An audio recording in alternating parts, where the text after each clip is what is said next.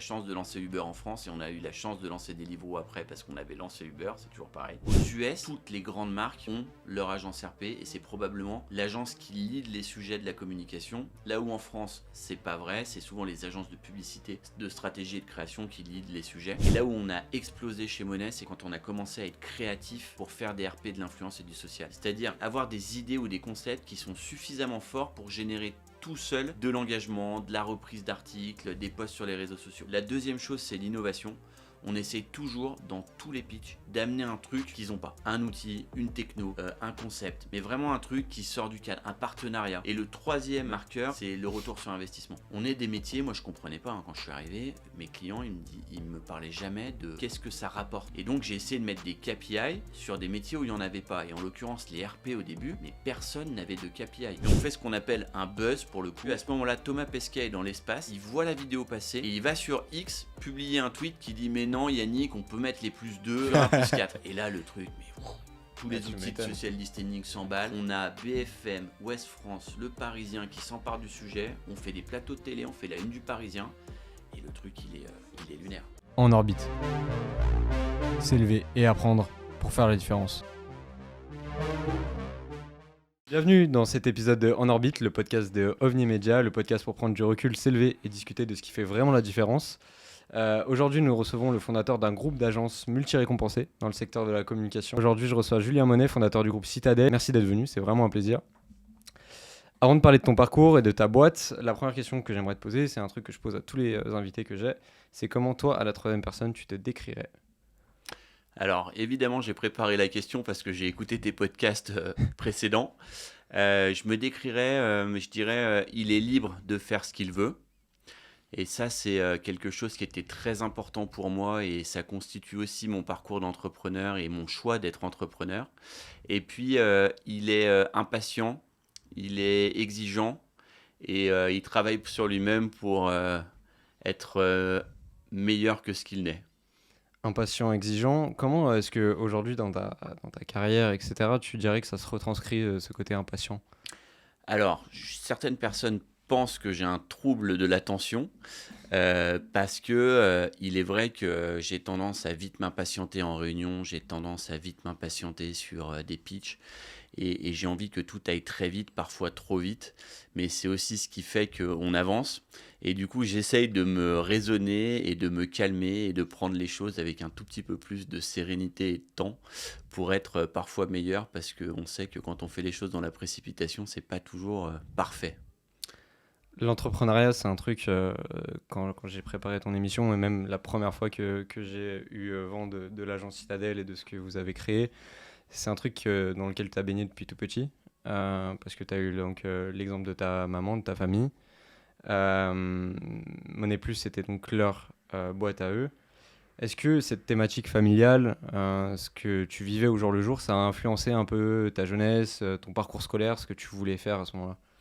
Alors complètement. En fait, sans m'en rendre compte, j'ai baigné dans l'entrepreneuriat puisque même à un moment, l'agence de ma mère était devant mon appartement, donc j'y passais tous les soirs en rentrant de l'école. Et en fait, sans m'en rendre compte, j'ai baigné dans cet environnement d'entrepreneur. Et j'ai jamais voulu être entrepreneur. J'ai jamais dit, par exemple, à ma mère, je veux reprendre ton agence, ou je veux créer la mienne, ou je veux créer mon entreprise. Ça n'a jamais été le cas. Là où, par exemple, mes enfants aujourd'hui, qui ont 7 et 8 ans, me disent déjà, on veut travailler avec toi quand on sera grand. Moi, ça n'a jamais été le cas. Et ça s'est fait de manière très naturelle. En fait, j'ai fini mes études. Et ma mère me dit, viens travailler à l'agence parce qu'on a un coup de feu sur un ou deux sujets. Et j'ai du mal à recruter. Et donc, j'ai passé mon été à travailler dans l'agence Money, qui était l'agence RP à l'époque. On faisait que des RP. Et de fil en aiguille, j'ai senti qu'il y avait un truc à faire parce que le digital était en train d'impacter nos métiers. Et notamment, c'était le début des réseaux sociaux avec Facebook qui arrivait en France en 2007-2008. Et le début de ce qu'on appelle aujourd'hui les influenceurs, qui étaient à l'époque les blogueurs. Et j'ai tout de suite vu qu'il allait y avoir quelque chose qui allait se produire et que le métier historique allait être impacté par ça. Et c'est ça qui m'a donné envie de développer l'agence 2.0 dans l'univers que ma mère avait créé. Trop intéressant. Avant de continuer, deux petites choses déjà. T'as fait quoi comme étude du coup? Alors j'ai fait des études plutôt chaotiques. Je me suis fait virer de 2 collèges, d'un lycée Ok, avant d'arriver péniblement à la fac. J'ai fait AES. ok, Ensuite, j'ai basculé à l'IDRAC et j'ai ok, terminé par une maîtrise en sciences de l'information et de la communication. ok. Donc rien de très brillant. Et à la base, je Sympa quand voulais même. faire de l'événementiel. Ok. Ouais, c'était vraiment mon truc. Et j'ai fait tous mes stages dans des agences événementielles et j'ai vite déchanté sur le métier à l'usage qui m'a pas tant plu que ce que j'imaginais. Avant de te lancer sur l'événementiel, puis c'est un truc qui est hyper intéressant et je vois beaucoup de gens que je connais, pareil, qui veulent essayer de faire de l'événementiel et qui se rétractent après. On va beaucoup parler de RP. Euh, Peut-être, est-ce que tu peux nous définir un peu ce que c'est RP avant qu'on le dise à peu près 45 fois dans l'émission et que les gens qui ne connaissent pas soient un peu lassés, potentiellement? Alors, d'abord, il faut que vous sachiez que les RP aujourd'hui ne représentent plus que 30 ou 40% de l'activité du groupe. Qu'on vient des RP, c'est le métier historique sur lequel j'ai démarré. Et les RP, c'est tout ce qui a trait aux relations avec les parties prenantes de l'entreprise. Donc, beaucoup de relations avec les médias, les journalistes, comment on transmet une information à un média qui s'en empare et qui la retranscrit pour nos clients. Ensuite, relations avec les influenceurs. Et puis, relations avec tout l'écosystème d'une entreprise qui peut être les institutionnels, les affaires publiques, le réglementaire. Et depuis maintenant une quinzaine d'années, tout ce qui se passe sur les réseaux sociaux avec les relations avec les communautés qui sont de plus en plus présentes dans les écosystèmes de nos clients. Pour qu'on se figure bien, imaginons qu'aujourd'hui, je suis un client, bon, on parlait de Shure, je suis Shure et je veux faire du RP avec toi. Mhm. Sur les réseaux sociaux, comment est-ce que ça se passe? Par où est-ce que vous les faites passer? Qu'est-ce que vous allez aller chercher pour eux? Alors la première chose qu'on se pose comme question, la première question qu'on se pose, c'est comment les clients de Shure s'informent sur cette marque et comment à la fin on déclenche un acte d'achat. Et donc on essaye de comprendre leur parcours d'information. Est-ce qu'ils lisent les médias spécialisés? Est-ce qu'ils lisent les médias grand public? Est-ce qu'ils s'informent sur les sites d'avis, sur les comparateurs, sur les réseaux sociaux? Est-ce que c'est un influenceur qui va les basculer en clients? Et donc, on démarre toujours par une phase d'étude. On a une dizaine de personnes dans le groupe qui font des études. Et à partir de là, on vient construire les parcours d'information de nos cibles. Et on vient, à chaque point de contact, essayer de créer des contenus qui soient suffisamment engageants pour les faire basculer en acheteurs. Ok, donc c'est vraiment un package global. L'événementiel, on allait en parler. L'événementiel, c'est un secteur dans la communication qui est de plus en plus décrié, en quelque sorte. Il y a beaucoup d'acteurs majeurs, mais qui sont là depuis des années. Et pour les nouveaux acteurs, on dit qu'il n'y a pas vraiment d'argent dans ce secteur-là. Est-ce que tu serais d'accord avec ça? Et pourquoi est-ce que toi, justement, tu n'as pas voulu y aller? Alors, je ne suis pas sûr qu'il n'y ait pas vraiment d'argent.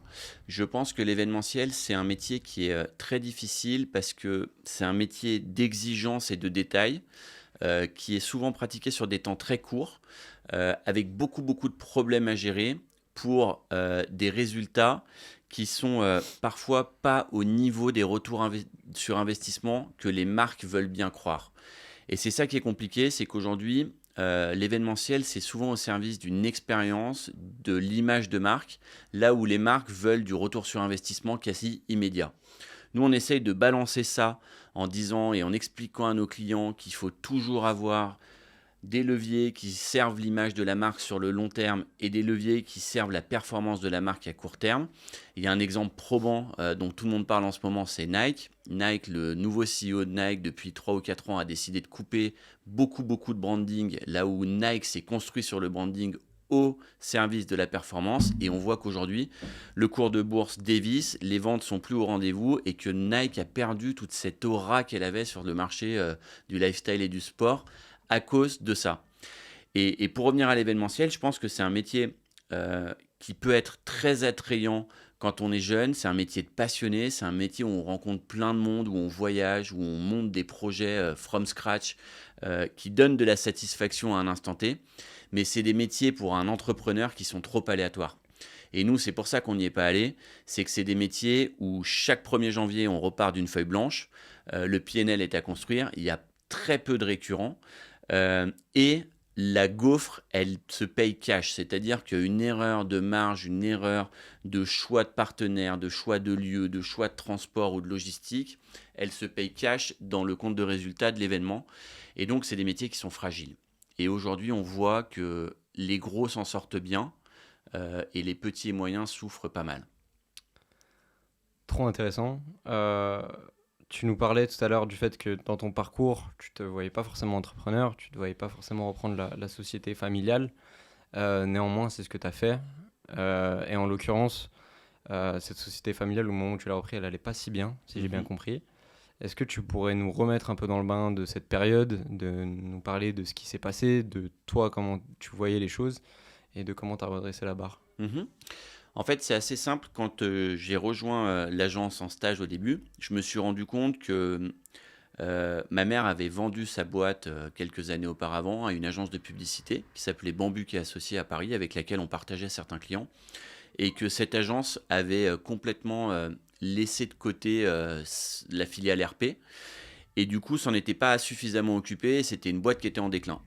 Et du coup, je suis allé voir quelques mois après le début de mon stage l'actionnaire de l'époque, en l'occurrence Monsieur Bambuc. Et je lui dis, voilà, moi, c'est une boîte avec laquelle j'ai grandi. Ma mère travaille encore dedans. J'ai à cœur de la remonter. Je pense que ce qui se passe sur le digital aura une incidence sur notre business et que c'est un levier de croissance incroyable. Du coup, j'aimerais racheter la structure et repartir tout seul avec ma mère à l'époque pour remonter la boîte. Et à l'époque, il me dit oui. On est 3 ou 4 entre Paris et Lyon. On a déjà un bureau à Paris. Et on ne se rend pas compte qu'en fait, derrière, on a beaucoup de dettes, qu'on a un passif à éponger et que c'est pas si simple que ça. Donc, ce qu'on fait très vite, c'est que d'une part, on met beaucoup d'énergie et de travail dans le redressement de cette entité. On prend très vite des décisions un peu risquées, mais notamment celle de recruter ce qui nous semble être la meilleure dans notre domaine, qui s'appelle Véronique Bourgeois, qui est encore aujourd'hui mon associée. Et à l'époque, elle dirige le pôle RP de Publicis. On va la chercher un peu à l'opportunisme. Elle nous dit oui, et je comprends toujours pas comment elle a pu nous dire oui à l'époque. Et je lui ai encore dit juste avant de partir en vacances. Et on recrée une offre avec RP, influence, social media. Et là, très vite, on fait du boulot de prospection classique. On arrive sur des appels d'offres assez gros. Et je remercie les 3 ou 4 grandes marques qui nous ont fait confiance très vite. Black & Decker, Tout par Gel et les Casinos Joie. C'est eux qui nous ont permis de redémarrer parce qu'on a pitché ces boîtes-là alors qu'on était tout petits, avec cette vision un peu neuve du métier, et ils nous ont fait confiance tout de suite. Et de là, après, on a scalé une agence comme beaucoup, c'est-à-dire les grands comptes amènent d'autres grands comptes. On a essayé d'être au niveau de la satisfaction client et on a essayé de toujours avoir une longueur d'avance sur nos métiers. Et ce qui est constitutif, c'est l'innovation. Dans un métier DRP qui était complètement vieillissant et où il y avait très peu d'innovation, nous, on a essayé d'amener de l'innovation par les outils. On est allé benchmarker des agences aux US. On a vraiment essayé de faire le métier différemment de ce qui se faisait en France et on a eu une longueur d'avance qu'on garde encore aujourd'hui et qui nous est reconnue sur le marché. D'abord, tu parles du tout début, quand tu as voulu racheter donc, les parts de cette entreprise, tu les as rachetées comment? Parce que tu étais encore jeune à cette époque-là. Est-ce que ça vient d'un prêt? Est-ce que ça vient d'argent familial? Ça vient d'où? Alors, je les ai rachetés 1 euro. Ok. Donc, je les avais pour le coup. Pourquoi est-ce qu'ils vous ont... Parce que la boîte était en telle difficulté qu'elle valait rien. Ouais, ils se disaient que ça les laisserait genre tranquille un Exactement. petit peu. Ok. Et du coup, en fait, ce qu'on a compris après, c'est Ça va être qu'en bien nous pour la toi. vendant 1 euro, c'était un peu un cadeau empoisonné. Eux, ils Mhm. étaient très contents de nous la vendre 1 euro parce qu'ils se désengageaient d'un certain nombre de problèmes, et notamment financiers. Nous, à l'époque, on l'a vu un peu comme une trahison, et aujourd'hui, en fait, c'est le meilleur coup qu'on ait fait de toute notre vie. Tu parlais de ces trois clients qui vous ont permis de redresser la barre. Ensuite, il y avait des grands comptes, etc. Dans cette période-là de croissance et de redressement, est-ce qu'il y a une victoire particulière qui te tient à cœur et surtout qui vous a permis de passer un peu dans un autre monde, selon toi? Je sais pourquoi tu te poses cette question, parce que tu as lu 2, 3 articles sur le sujet, et effectivement, il y a 2 faits marquants qui m'ont vraiment donné beaucoup d'énergie pour continuer, parce que je me suis dit à ce moment-là, ce que tu es en train de faire, en fait, c'est mieux que ce que tu penses. La première, c'est un classement aux États-Unis qui s'appelle le Holmes Report, qui est édité par Paul Holmes, qui est le pape de la profession, et qui édite chaque année un classement où il y a les 15 agences à regarder. Ça s'appelle les 15 Most to Watch. Et en fait, ces 15 agences, ils les identifient comme des trendsetters du marché. Et chaque année, je regardais ce classement en me disant, je vais faire comme eux. Et en 2014, j'ouvre le classement et je vois qu'on est dedans. Personne m'a appelé, pas un coup de fil. Normalement, les classements, tu sais d'avance quand tu as gagné, quand tu es dedans. Là, rien. Et je vois ce truc-là. Là, vraiment, ça me fait un truc. Je me dis, mais c'est incroyable en fait. Un mec de l'autre côté de l'Atlantique a vu ce qu'on faisait. À l'époque, on était peut-être 15 dans la boîte. Et je me dis, c'est qu'on doit être dans la bonne direction. Donc ça, c'est un premier booster qui est assez incroyable. Et le deuxième, c'est en 2016. Je venais d'être papa pour la première fois. Et dans la même semaine, on m'apprend qu'on est élu agence RP de l'année en France par la haute autorité de la profession, enfin le prix le plus prestigieux en France qui s'appelle le prix des agences de l'année. Et du coup, c'est pareil, c'est un deuxième milestone où je me dis, tiens, c'est qu'on doit faire les choses correctement. C'était pour une campagne globale ou c'était Non, c'était de pour manière... la perf de l'agence au global. Ok. C'était pour la croissance, les gains de budget, les Dingue. recrutements qu'on avait fait, etc. Et donc ça, c'est pareil, c'est des boosters de carrière et d'énergie où tu te dis, bon, allez, on continue, quoi. Vous êtes devenu donc une vraie grosse agence française de RP. Aujourd'hui, vous avez plein de marques différentes dans plein d'aspects de la communication qui sont différents. C'est surtout de la croissance externe, donc des boîtes que vous avez repris. Pourquoi avoir fait ce choix de prendre des boîtes en externe, avant de raconter ce que c'est, etc., mais plutôt que de grossir en interne, alors que vous grossissiez bien et vous avez potentiellement la possibilité d'attirer des potentiels collaborateurs qui pourraient être bons, quoi.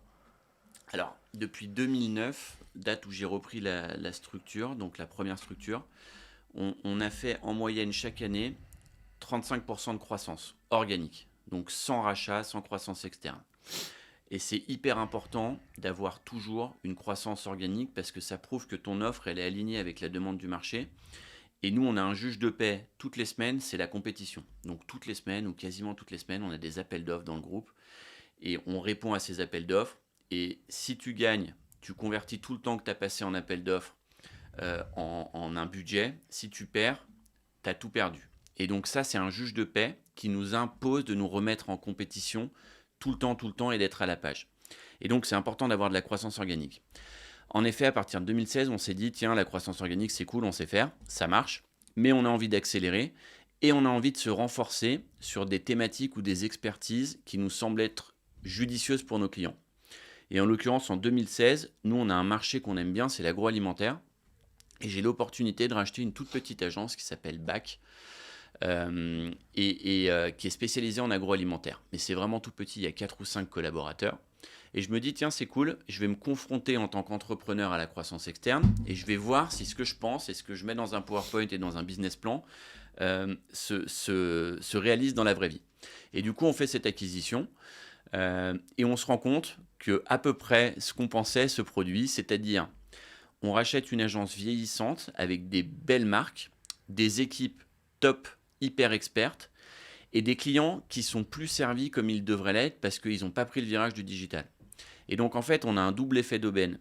Les clients arrivent dans le groupe et se disent « Ouah, c'est génial, j'ai une agence qui est à la page, innovante, on a de nouvelles offres, on a des nouveaux services, c'est top, on a une équipe géniale, etc. » Et les équipes qu'on a repris, elles se retrouvent dans une agence qui est hyper innovante, hyper à la pointe, et du coup, ça les challenge, et elles se motivent, et elles ont envie de prouver qu'elles sont au niveau. Donc en fait, à partir de ce moment-là, on comprend que la croissance externe, c'est un super levier pour nous. Et on continue à faire des acquisitions. On achète 2 ou 3 agences de RP et ou d'influence qui rejoignent Monnaie. Et à un moment, on se dit, OK, en RP, on est devenus les plus gros indépendants. Donc aujourd'hui, on est numéro 1 des indépendants en France, à peu près une centaine de collaborateurs chez Monnaie. Et on se dit, on a créé un capital incroyable auprès de nos clients, puisqu'on a toujours eu à cœur de vraiment soigner la satisfaction de nos clients. Du coup, comment on fait pour leur offrir de nouvelles compétences? Et c'est là qu'on décide de créer le groupe Citadel. Il y a 5 marques dans le groupe aujourd'hui. 7. 7, pardon. Peut-être qu'il y en a que j'ai pas cité au tout début. Tout à fait. Allez, dis-moi. Alors, il manquait Data Vibes, qui est une agence qu'on a rachetée il y a 9 mois à Marseille, qui fait du conseil en data. Okay. Et il y a Society, qui est notre filiale dédiée à l'IA. Ok. qui fait du conseil en IA. Ah oui, en plus, on allait en parler parce que c'est un truc qui est hyper intéressant et que je trouve juste génial que vous alliez déjà dans l'IA alors que beaucoup n'y sont pas encore. Donc, tu en as parlé de deux. Est-ce que tu pourrais nous parler des autres que Bien sûr. vous avez repris? Donc Monnaie, on vient d'en parler. RP et influence, Ouais. 100 collaborateurs, c'est aujourd'hui 40% de l'activité et c'est la locomotive du groupe dans le sens où toutes les grandes marques, ou en tout cas 80% des grandes marques, arrivent chez Monnaie dans un premier temps avant de basculer dans les autres filiales. La deuxième filiale qu'on a acquise il y a maintenant 2 ans et demi, c'est Ouais. Nouveau Monde. Ouais. Nouveau Monde qui a appartenu à DDB, qu'on a acquise à la barre du tribunal de commerce de Lyon, puisque c'était une société en difficulté aussi, et qui aujourd'hui fait de la stratégie et de la création. Donc c'est vraiment l'entité publicitaire du groupe qu'on a complètement redressée et transformée en 2 ans. On a repris la boîte, il y avait 20 salariés, 2 millions d'euros de marge brute et en gros un résultat zéro. Et cette année, on va faire 4,5 millions de marge brute, on a 45 collaborateurs à l'intérieur et on va gagner de l'argent dès cette année. Et surtout, on a gagné des grandes marques qui nous font confiance sur toute leur stratégie publicitaire et leur stratégie de communication. Et ça, c'est hyper important pour nous parce que ça nous permet de rentrer par le haut chez nos clients. Ensuite, on a acquis en juillet 2023 une société qui s'appelle Conversationnel, qui est un pure player social media. Pareil, quand on a acquis Conversationnel, ils étaient une vingtaine de collaborateurs. On a fait une chose que je trouve assez intelligente, c'est que dans le groupe, on avait déjà des gens qui faisaient du social et on a basculé ces gens-là chez Conversationnel pour créer une dynamique un peu différente avec un choc de culture entre deux équipes qui ne se connaissaient pas forcément, Ouais. qui ne se sont pas choisies, qui partageaient pas les mêmes process, pas les mêmes outils et du coup, on a essayé de prendre le meilleur de tout le monde. Et aujourd'hui, on est une boîte de 40 personnes qui fonctionne hyper bien. On va faire 30% de croissance cette année sur cette entité, qui accompagne beaucoup de grandes marques dans leur présence sur les réseaux sociaux, avec une approche ultra innovante du social media, et notamment grâce à l'IA, grâce aux bots et grâce à tout un tas de choses peut-être que je pourrais t'expliquer plus tard. Ouais. Ensuite, on a Allmatic, qui est l'agence média du groupe. Donc celle-ci, on l'a créée from scratch il y a 4 ans. Avec deux potes que je connais depuis longtemps, qui avaient vendu leur première agence au groupe Havas et qui sont venus remonter une agence média dans le giron du groupe avec une vision très innovante de l'achat média, puisque c'était au moment où tous les médias traditionnels commençaient à basculer au programmatique. La télé, la radio, l'affichage, le DOH, etc. Et du coup, la vision, c'était de dire, on va acheter le mass média de la même manière qu'on achetait le programmatique et le display à l'époque sur le digital. Et c'est une agence qui cartonne, c'est déjà 25 collaborateurs sur un métier qui est très compliqué parce que c'est un métier de gros, donc qui est tenu par les Big Four, où le volume d'achat média est très important parce que du coup ça nous permet d'avoir des négos qui bénéficient aux clients. Donc c'est un métier où on ne s'improvise pas et nous on tire notre épingle du jeu grâce à l'innovation et grâce à la perf des campagnes qu'on délivre. Et puis ensuite on a Smartfire qui est l'entité tech du groupe. Donc celle-là aussi, on l'a créée from scratch. Au début, on était actionnaire minoritaire et puis on est devenu actionnaire majoritaire à 100% il y a 18 mois. Et ça, c'était ma vision de dire la tech impacte tout. On peut vendre de la tech à nos clients et on doit avoir de la tech en interne pour faire de la R&D et être toujours en avance sur ce qu'on doit faire. Et donc, on a créé cette entité et aujourd'hui, c'est 25 personnes, dont 20 devs, qui ne font que de la tech et qui font de la transformation digitale pour nos clients et qui servent le groupe aussi sur tous les sujets d'innovation. Et puis donc Data Vibes et Society dont j'ai parlé juste avant. Bah, que dire à part bravo. Dans ce groupe-là, il y a une notion que j'ai repérée que je trouve vachement intéressante, celle de synergie, avec deux E comme Citadel. Bon, une fois que tu as dit tout ça, on imagine un petit peu ce qu'il y a derrière, mais est-ce que tu pourrais nous parler de l'idée d'insuffler cette notion et quelle est la plus-value, vous, dans chacun des groupes? Alors, cette notion, elle est effectivement hyper importante. Elle est même centrale parce que c'est la différence par rapport à tous les autres. C'est-à-dire qu'il existe plein de holdings qui détiennent des agences et souvent, elles sont hyper silotées, elles ne se parlent pas, voire elles se tirent la bourre et elles sont concurrentes. Nous, on a essayé de craquer ce modèle-là en disant On veut que toutes nos filiales soient au même endroit. Donc, toutes nos filiales sont dans les mêmes bureaux à Paris, à Lyon, à Nantes, à Bordeaux et à Marseille. On partage des bureaux communs. On partage des outils communs, des réunions communes, des gouvernances croisées et des clients évidemment. Et moi, mon job, c'est d'emmener un collectif qui travaille tous ensemble dans une seule logique, celle de la satisfaction client. Donc quand un brief arrive chez nous, même s'il arrive chez Monet et qu'on pense qu'il serait mieux servi par conversationnel, parce que pour poursuivre et atteindre l'objectif du client, on doit faire du social, il n'y a pas de guéguerre de PNL, il bascule chez conversationnel et le client aura à la fin le retour investissement qu'il est venu chercher.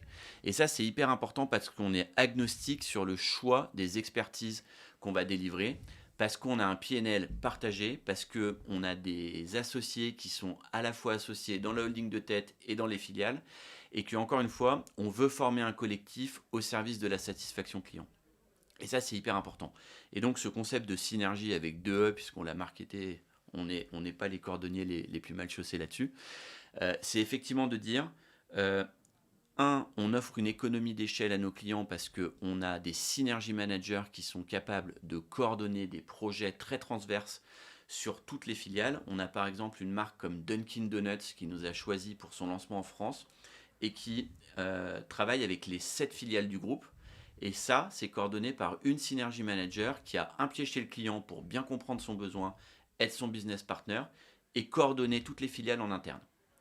Et du coup, le client, il se retrouve à pas payer 7 fois de la chefferie de projet, là où ici, il avait 7 agences différentes, ça serait le cas.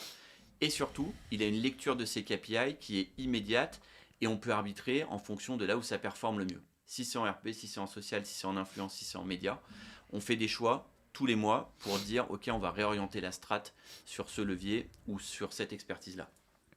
Je trouve ça vraiment très très inspirant. Tu parlais tout à l'heure d'être le chef d'orchestre donc d'un groupe et donc de vouloir l'emmener là où il a besoin d'aller. La question que je me pose, c'est toi, tu commences en sortant d'études, reprenant la boîte de ta maman, tu commences par les RP, ensuite tu développes, etc. Comment est-ce que ta posture, au fur et à mesure, elle évolue et comment tu fais évoluer ça pour, à la base, être OK, je reprends une agence à 1 euro, je deviens la meilleure agence RP indépendante en France, je suis président d'un groupe qui fait tout un tas de trucs maintenant. Alors, déjà, il y a des trous d'air au milieu, puisqu'on Ouais. parle toujours de ce qui marche, mais il y a forcément des moments où tu doutes, où ça marche moins bien, où tu as un syndrome de l'imposteur qui arrive parce que tu te dis effectivement, attends, il n'y a rien qui me prédestinait à diriger un groupe de 220 personnes. Et je crois qu'il y a 2 choses qui font sens dans mon parcours. Le premier, c'est l'énergie et l'engagement que je mets dans tous les projets que je livre et l'énergie du détail. J'écoutais le podcast de Maurice Lévy sur Génération Do It Yourself, qui est le maître incontesté de notre marché, qui disait ce qui faisait la différence, c'est qu'on ne laissait rien passer et c'est qu'on allait toujours chercher le petit détail supplémentaire qui fait la différence. Et ça, j'essaye de l'inculquer à mes équipes parce que sur nos marchés où finalement une agence de com ressemble beaucoup à une autre, ce qui fait la différence, c'est l'engagement des équipes. Et le nombre de fois où on me dit Julien, tes équipes, elles sont incroyables, tes équipes, elles sont ultra engagées, tes équipes, elles lâchent jamais le morceau, c'est ma plus grande fierté parce que ça, je sais que je l'ai inculqué dès le début et qu'on ne l'a pas perdu en grandissant. La deuxième chose, je reprends aussi un podcast que j'ai écouté il n'y a pas si longtemps, mais je me suis beaucoup retrouvé là-dedans. C'est ce qu'ils appellent le Shoshin. Le Shoshin, c'est tout ce qui a trait à la remise en question dans les arts martiaux et à considérer qu'on est toujours débutant. Et en fait, ça vient un peu du syndrome de l'imposteur. C'est de se dire, en fait, je devrais déjà pas être là. Donc, comment je fais pour y rester? Et comment je fais en sorte que tout ce qui se passe sur mon marché, je le prenne le plus vite possible et je le transforme en levier de croissance pour le groupe. On va parler d'IA juste après. Moi, quand j'ai eu l'IA arriver, j'ai tout de suite compris qu'il allait avoir un sujet plus qu'important, que ce n'était pas une innovation de plus. Et donc, on est en train de mettre toute l'énergie depuis 2 ans pour devenir des champions de ce sujet-là, pour que demain, mon groupe ressorte de cette révolution plus fort que jamais. Bah écoute, t'es vraiment parfait, tu me fais la transition parfaite. Euh, donc on va parler de Society.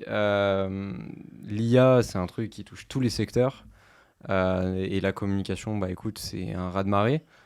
C'est quoi pour toi les plus gros enjeux actuelle qu'il y a dans ton groupe vis-à-vis de l'IA. J'imagine que ça va laisser certains gens sur la touche, il y en a d'autres que ça va propulser. Comment vous l'avez intégré et où vous voulez aller avec ce projet-là justement? Alors en fait, on a fait comme tout le monde. Il y a 2 ans, on commençait à entendre parler d'IA. Il y avait déjà de l'IA dans les outils.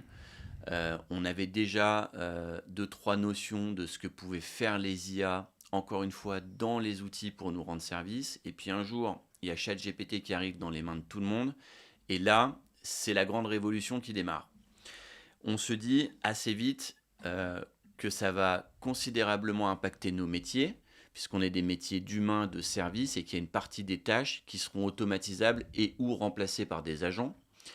Et du coup, j'ai la chance de rencontrer le meilleur dans son domaine qui s'appelle Yannick Soquet, puisqu'il est souscripteur de notre fonds d'investissement qui s'appelle Ciparex, et je le rencontre à une réunion. Et lui était en train de développer sur LinkedIn une visibilité autour de tout ce qu'il faisait dans l'intelligence artificielle. Et je lui dis, Yannick, c'est génial ce que tu fais, j'aimerais que tu fasses une mission pour le groupe et que tu me dises comment on doit prendre ce sujet-là. Il intervient pour le groupe, je trouve que ce qu'il me raconte est hyper intelligent et hyper pertinent. Et plutôt que de juste lui confier une mission, je reprends ma casquette d'entrepreneur et je lui dis, viens, on monte une boîte. Il venait de vendre son agence, il était spécialisé en SEO avant. Et il me dit, ok, on monte une boîte ensemble et tu seras, Citadel, le premier client du groupe. Et donc on crée Society ensemble. Et effectivement, Citadel a été devenu le premier client, le premier client du groupe le jour du lancement de Society. Et on a commencé par se dire, ok, c'est quoi tout le workflow d'une campagne de communication sur tous nos métiers, de la prise de brief du client jusqu'à la livraison du reporting. Et donc, il y a des dizaines d'étapes que tu connais puisque tu es dans le métier aussi. Et sur chaque étape, on s'est dit, où est-ce qu'on va pouvoir mettre de l'automatisation, de l'intelligence, et où est-ce que l'IA va nous créer de la valeur ajoutée. Pas juste remplacer ou être plus productif, mais être meilleur. Et c'est là où je pense qu'il y a un sujet, c'est que beaucoup prennent le sujet par le prisme de la productivité et de la rentabilité, oui évidemment, mais nous on le prend aussi sur le prisme de la satisfaction client et de la satisfaction de nos équipes. Et du coup, on a créé une roadmap où on devait s'imposer de créer un certain nombre d'agents d'automatisation. Et là, on tombe sur une start-up que je découvre par hasard sur LinkedIn, je crois, qui s'appelle Dust, qui a été créée par des Français qui vivent aux États-Unis et qui développent leur boîte dans la Silicon Valley. Et je prends mon bâton de pèlerin, je leur passe un coup de fil et on fait une visio très vite avec eux. Ils nous expliquent qu'ils sont en train de faire une plateforme agnostique où il y aura tous les LLM du marché et qui permettra de créer à la volée des agents pour n'importe quel métier et dans laquelle on trouvera aussi des agents préexistants dont on pourra se servir et équiper nos équipes. On se dit c'est génial, c'est trop beau pour être vrai. On commence à implémenter Dust dans nos équipes, on commence à créer des agents et aujourd'hui Dust est utilisé par 80 ou 90% des équipes du groupe et on a créé 200 agents qui viennent aider nos équipes à mieux faire leur métier. Et là, on est en train de créer des agents pour chacun des clients du groupe. Et ces agents, on leur apprend quelle est la marque, qu'est-ce qu'elle doit raconter, comment elle doit se positionner. Et à terme, ça va être à la fois un filtre de décision pour nos équipes de savoir si on est dans le bon sens ou pas, et aussi évidemment un filtre de productivité pour que on soit plus productif sur tout ce qu'on livre à nos clients. On parlait d'énergie tout à l'heure, et en fait, aujourd'hui, je défends auprès de tous les gens qui me parlent d'IA une chose, c'est que l'IA, c'est pas mettre ChatGPT, Claude ou Perplexity dans les mains de ses équipes. Ce n'est pas ça.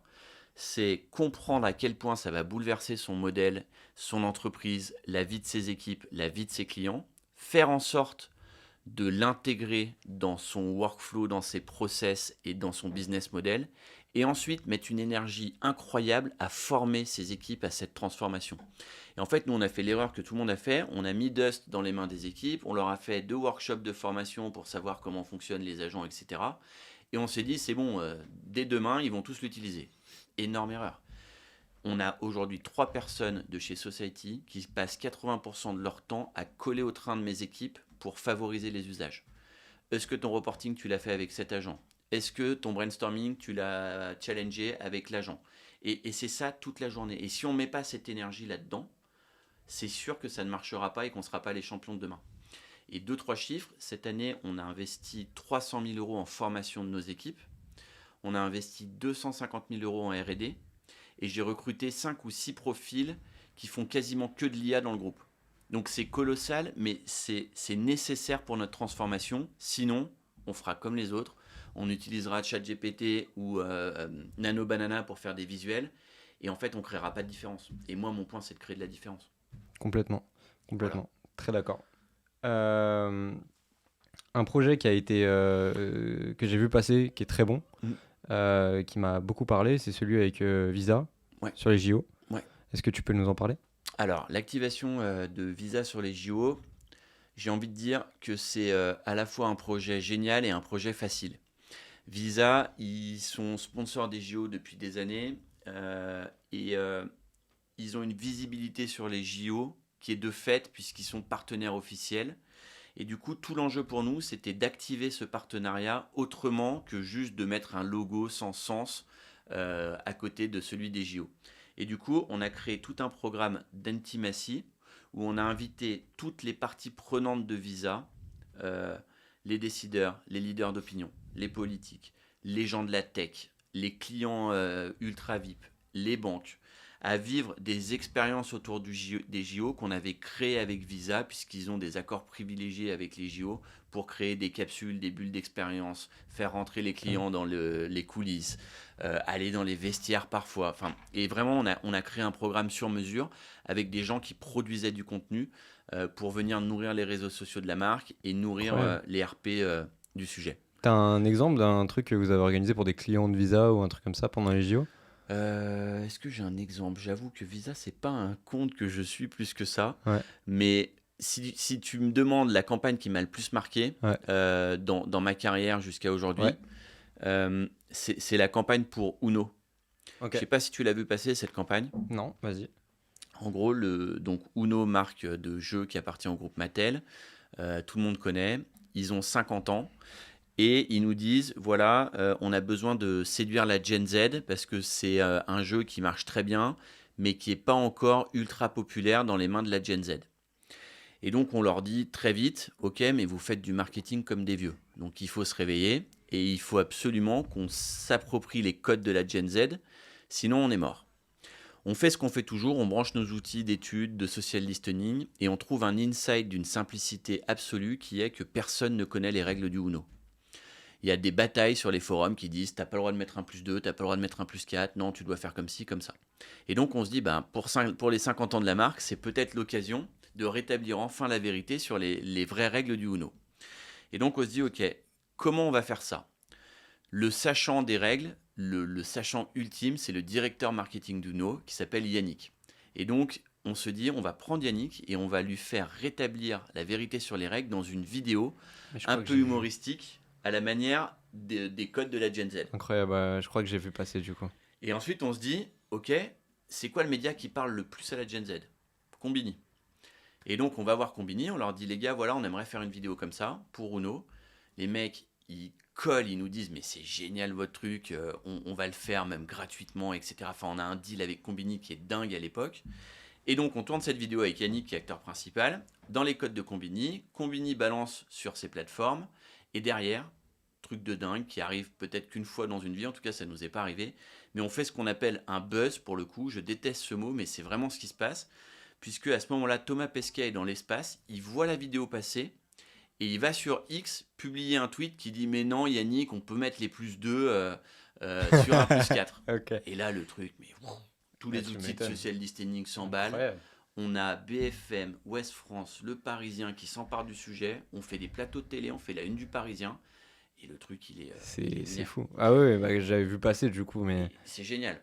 Et moi, c'est tout ce que j'aime parce que insight d'une simplicité absolue, créa impeccable dans les codes du truc, très authentique, et derrière un plan de diffusion qui corrobore ce que je te disais au début, c'est-à-dire... on a réfléchi d'abord à notre cible principale et comment ensuite le truc allait vivre sur les réseaux sociaux, en influence. On a Squeezie qui a retweeté, folie. Quand tu travailles avec des sociétés comme Mattel, comme Visa ou autres, souvent c'est des appels d'offres qui arrivent. Là, je parle plutôt à des gens qui ont des agences qui sont jeunes, qui veulent commencer, etc. Comment est-ce que les premiers appels d'offres que vous avez faits, vous vous êtes différencié pour avoir justement ces appels d'offres et avoir ces marques-là, alors que vous étiez peut-être un peu moins gros que les Publicis et les Havas et compagnie? Ouais, je pense qu'il y a une chose déjà, c'est que moi, j'avais jamais mis les pieds dans une agence. Donc, quand j'ai reçu mon premier appel d'offres, j'ai répondu comme je pensais qu'il fallait répondre, mais sans vraiment respecter les codes d'un PowerPoint, puisqu'à l'époque c'était PowerPoint, euh, de réponse à un appel d'offres. Et donc, je l'ai fait en mode entrepreneur, comme je pensais, et ça fonctionnait plutôt bien. Et aujourd'hui, ce qui fait la différence, c'est deux marqueurs à chaque fois, trois. Le premier, c'est la créativité. Et là où on a explosé chez Monet, c'est quand on a commencé à être créatif pour faire des RP, de l'influence et du social. C'est-à-dire avoir des idées ou des concepts qui sont suffisamment forts pour générer tout seul de l'engagement, de la reprise d'articles, des posts sur les réseaux sociaux. Donc la créativité, c'est un incontournable de chacun des pitchs sur lesquels on répond. La deuxième chose, c'est l'innovation. On essaye toujours, dans tous les pitchs, d'amener un truc qu'ils n'ont pas. Un outil, une techno, un concept, mais vraiment un truc qui sort du cadre, un partenariat. Et ça, c'est aussi un trait caractéristique que je demande à mes équipes, c'est le pas de côté. C'est dire, non les gars, vous n'allez pas répondre comme tout le monde, parce que sinon on va perdre. Parce que si on se bat face à Publicis, Avast, WPP ou autres, qui sont nos concurrents aujourd'hui, si on se bat contre eux, on va perdre si on fait pareil qu'eux, puisqu'on est 100 fois plus petit. Donc ils choisiront toujours Publicis face à nous à prestation égale. Donc on doit faire ce pas de côté. Et le troisième marqueur, c'est le retour sur investissement. On est des métiers, moi je ne comprenais pas quand je suis arrivé, mes clients ils me parlaient jamais de qu'est-ce que ça rapporte. Et donc j'ai essayé de mettre des KPI sur des métiers où il n'y en avait pas. Et en l'occurrence les RP au début, mais personne n'avait de KPI. Aujourd'hui c'est plus vrai, il y a des KPI qui sont posés sur le métier des RP, Comme lesquels, par exemple? l'équivalence publicitaire, les occasions d'être vues, les CPM, le reach. Donc tout ça se calcule Ok. maintenant aussi en RP, là où c'était des KPI qui étaient dédiés au digital avant. Et Trop intéressant. aujourd'hui, nous, on est hyper en avance sur la mesure de ces KPI-là. Et surtout, en ayant tous les métiers au même endroit, on peut encore une fois dire, on collecte tous les KPI. Et si on est meilleur en influence, eh ben on va mettre le paquet sur l'influence et couper le média, par exemple. Et ça, c'est une de nos forces. Et là, on est en train de se doter d'un outil qu'on a construit dans le groupe chez Smartfire qui s'appelle Keep an Eye. La promesse, c'est garder un œil sur vos KPI. Et c'est une sorte de méga data visualisation de tous les KPI de nos campagnes et qui sont comparables et comparés pour qu'on puisse faire des recos. Sur le secteur que vous visez, pour faire un petit pas de côté, comme tu disais, sur ta boîte, parler un peu plus de la vie du secteur, est-ce que toi, qui originellement est dans les RP, il y a un mythe que tu vois depuis des années et que tu dis mais c'est faux, c'est faux, c'est faux, mais qui est encore présent et que tu aimerais aujourd'hui éclaircir? Alors, le mythe sur le métier des RP, je ne me bats plus depuis longtemps parce que je suis tellement convaincu de l'utilité de ce métier-là que tous les gens que j'ai pu entendre dire ouais ça sert à rien, il n'y a pas de retour sur investissement, on se fait plaisir, etc. C'est faux. Et les plus belles preuves que j'ai, c'est que en 2011, quand Uber et en 2013 ou 2014, quand Deliveroo arrive en France, donc on parle bien de Uber et Deliveroo, la première chose qu'ils font, c'est qu'ils confient l'intégralité de leur budget communication à une agence RP. En l'occurrence, on a eu la chance de lancer Uber en France et on a eu la chance de lancer Deliveroo après parce qu'on avait lancé Uber, c'est toujours pareil. Incroyable. Et ça, c'est un marqueur fort. Aux US, toutes les grandes marques ont leur agence RP et c'est probablement l'agence qui lead les sujets de la communication. Là où en France, c'est pas vrai, c'est souvent les agences de publicité, de stratégie et de création qui lead les sujets. Et après, de manière plus macro, parce qu'encore une fois, on n'est pas une agence de RP, aujourd'hui on est un groupe de communication, de marketing et de technologie qui adresse de manière très transverse tous les sujets. Euh, le mythe, c'est toujours pareil, c'est difficilement quantifiable et mesurable. Oui, c'est vrai que j'aurais du mal à vous dire que l'impact de ma campagne, de ma dernière campagne Botanique, par exemple, puisqu'on a sorti un magnifique film télé pour Botanique avec Nouveau Monde, a un impact direct sur les ventes. En revanche, ce que je sais, c'est que si cette marque-là et si n'importe quelle marque ne soigne pas son branding, sa proximité client, sa sympathie, elle est morte demain et que le consommateur ne la choisira plus. Et on est dans une bataille aujourd'hui pour que le consommateur préfère une marque vis-à-vis d'une autre. Et cette bataille de la préférence, elle se gagne à travers le marketing et la communication. Et pas que sur des leviers de performance. Tu parlais du fait que, tu vois, Uber, Deliveroo, quand ils arrivent, ils ont une idée très claire et ils vont vers les RP.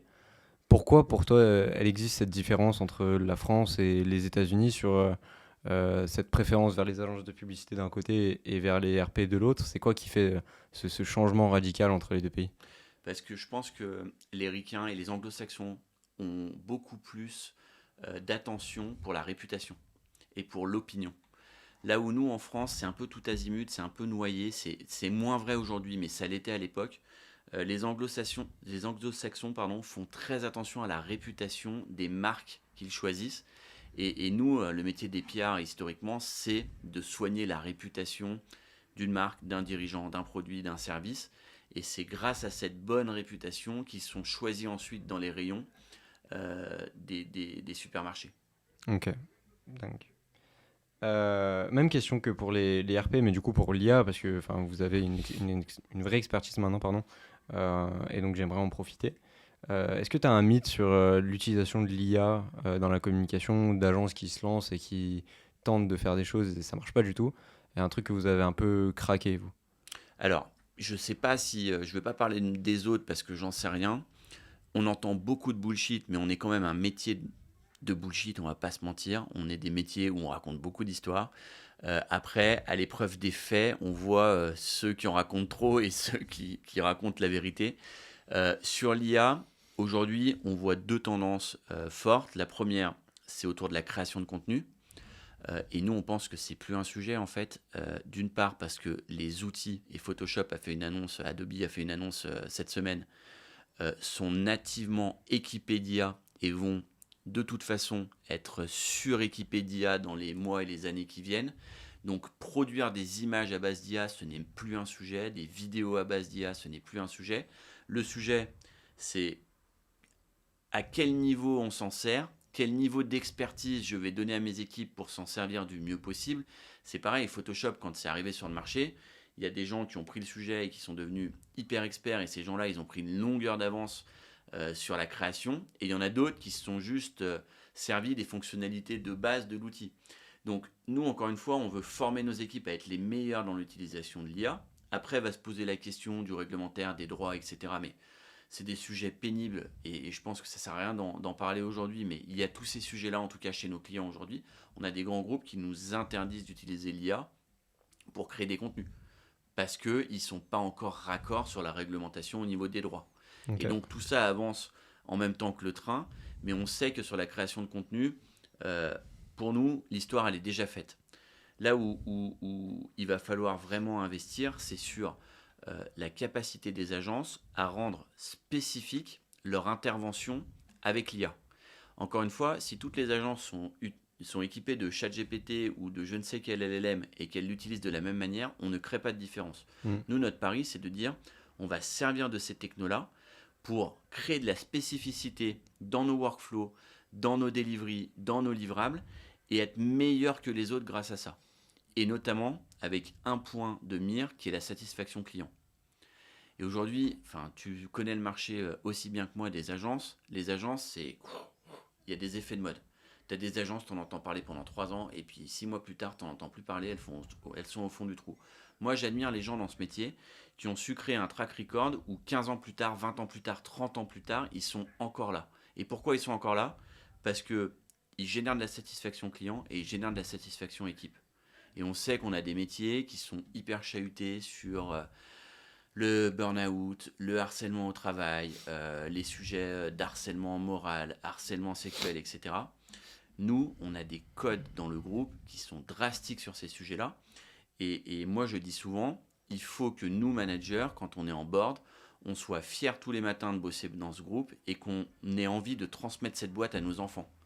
Et si tu as ça en tête, ça t'impose de ne pas faire n'importe quoi avec tes équipes et avec tes clients, parce que tu transmets pas une boîte à tes enfants où tes clients sont pas contents et ils te gueulent dessus toute la journée, et où tes équipes sont pas épanouies et arrivent au bureau avec la boule au ventre. Donc nous, on fait très attention à ça. Justement, pour le futur, euh, vous avez fait pas mal de croissance, vous êtes sur plein de segments de la communication, tech, etc. aujourd'hui. Est-ce qu'il y a encore des axes de développement que vous voulez aller chercher, des trucs que vous voyez venir ou des signaux faibles que vous voyez et sur lesquels tu te dis, ok, là c'est intéressant. Ouais. Alors, j'y reviens pas, mais tu as compris que l'IA, c'était un Ouais. sujet clé pour le développement du groupe. Donc, on va mettre beaucoup d'énergie à cette transformation-là. Et ensuite, d'un point de vue développement, euh, on ne fait pas une course infinie au chiffre d'affaires, au toujours plus et à la croissance. On a toujours essayé de se dire, on veut avoir un groupe qui est capable de satisfaire les clients parce qu'on a toutes les bonnes expertises et tous les bons experts à l'intérieur. Et du coup, on sait qu'on a des métiers qui sont plus importants que d'autres dans le futur pour nos clients. Je pense notamment à la data, je pense notamment à l'influence, et je pense également aux médias, qui est un métier qui se complexifie et qui demande de plus en plus de spécificité. Et donc, on regarde des deals en ce moment sur ces trois métiers-là, mais pas coûte que coûte. On a volontairement arrêté 2 deals avant l'été parce qu'on sentait qu'il y avait un truc qui allait pas le faire, soit en termes de fit avec les dirigeants, soit parce que l'expertise n'était pas au rendez-vous. Et donc, on regarde ces métiers-là. Si on a des beaux dossiers, on les fera. On a les moyens de les faire parce qu'on est backé par notre fonds d'investissement. Mais on les fera que si on est certain que ça crée de la satisfaction client et de la satisfaction équipe. Justement, tu vois, tu parles de ne pas aller dans cette course à la croissance, etc. Euh, Moi, il y a un truc que je me pose comme question quand je vois des grosses agences comme Publicis qui cartonnent, hein, objectivement, Havas ou autre. Quand tu grossis comme ça, quand tu deviens aussi imposant, comment est-ce que tu combats ce phénomène un peu de bureaucratie où ça devient un peu parfois des métiers où tu as envie de te cacher, où tu fais ton 9-17 et où vous êtes tellement qu'on vient pas trop te chercher des poux. Mm. Et pour garder toutes les équipes justement impliquées et vraiment vénères sur le côté compétence, quoi. Bah, c'est tout l'enjeu. Moi, j'y ai répondu d'une manière assez simple. C'est que tous mes N-1 et les N-1 de mes N-1, donc c'est-à-dire ma garde rapprochée, on va parler de 40 personnes sur 220, doivent avoir les mêmes valeurs et la même niaque que moi, sinon ça marche pas. Et donc j'infuse par le haut ce truc-là, qui redescend, qui se délite forcément un peu, parce que c'est normal, mais qui à la fin ressort quand même beaucoup plus fortement que dans n'importe quelle autre agence. Et ça, on veut jamais le perdre, et on est très très attentif à ce que nos managers conservent ces valeurs-là, qui sont des valeurs d'engagement, de good mood, de pas se prendre la tête, mais de taper dedans, et de pas se laisser faire, et d'être au combat. Nous, quand on monte sur un pitch, on est des fous. Enfin, non, mais vraiment, on veut en découdre et on ne supporte pas perdre. Et quand on gagne, on crie dans le bureau, quoi. Et ça, je veux pas le perdre. C'est une expérience de vie, quoi. Mais c'est génial. Enfin, Ouais. alors évidemment, la taille des pitchs, elle augmente. Quand je gagne un pitch à 100K, je suis moins heureux qu'avant. Par contre, on a fait péter un pitch à 1 million il y a quelques mois. Mais j'étais fou. Bravo. Pendant 15 jours, je parlais que de ça.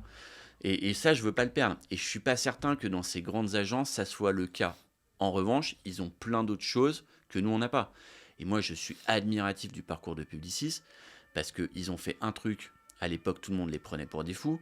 C'est qu'il y a 10 ans, ils ont dit « Ok, on va racheter une boîte qui s'appelle Sapient, qui est dans la data, dans la technologie, qui est aussi grosse que Publicis à l'époque ou quasiment. Je crois qu'ils payent ça 5 milliards. Tout le monde dit, mais qu'est-ce qu'ils font? Ils sont complètement fous. Aujourd'hui, plus grosse valeur boursière mondiale dans nos métiers, Publicis. Ils ont réussi à merger les métiers du marketing et de la com et les métiers de la tech, de la data. Et franchement, c'est un coup de génie. Et moi, je trouve ça admirable à la taille qu'ils avaient d'arriver à gérer cette transformation. C'est incroyable. Ouais, clairement. Le jeu de l'émission, qui s'appelle le jeu du newbie, que du coup tu connais parce que tu as vu l'émission avec Je suis peut-être Valentin. pas allé jusque-là. Ok, super.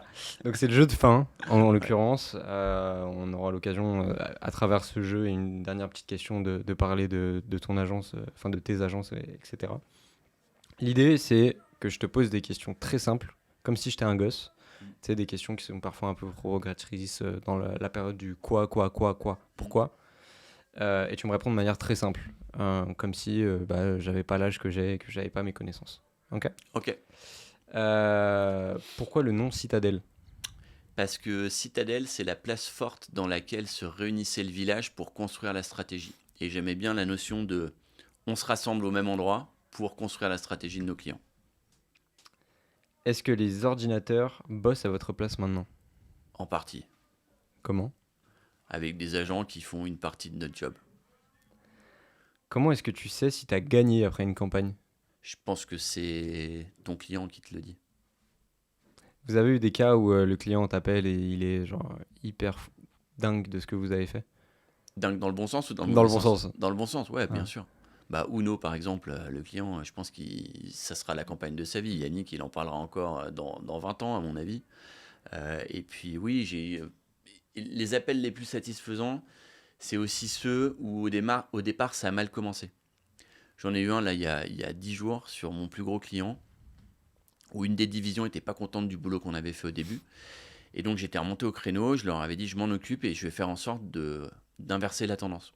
Et 3 mois plus tard, cette même personne prend son téléphone pour m'appeler et me dire merci Julien, vous avez vraiment fait le job et c'est incroyable l'inversement de tendance que vous avez fait. Et ça, c'est cool. Et merci à ce client qui se reconnaîtra, j'en suis sûr, d'avoir pris le téléphone pour me le dire parce que souvent on m'appelle pour me dire quand ça va pas, mais un peu moins quand tout va bien. C'est super. Euh, Qu'est-ce qui est le plus important? L'idée, le message ou le canal? L'idée, Pourquoi? toujours l'idée. Parce qu'une bonne idée, elle vivra sur n'importe quel canal. Et une bonne idée, elle rend évident le message. Quelle est la règle d'or pour parler aux gens simplement? L'authenticité.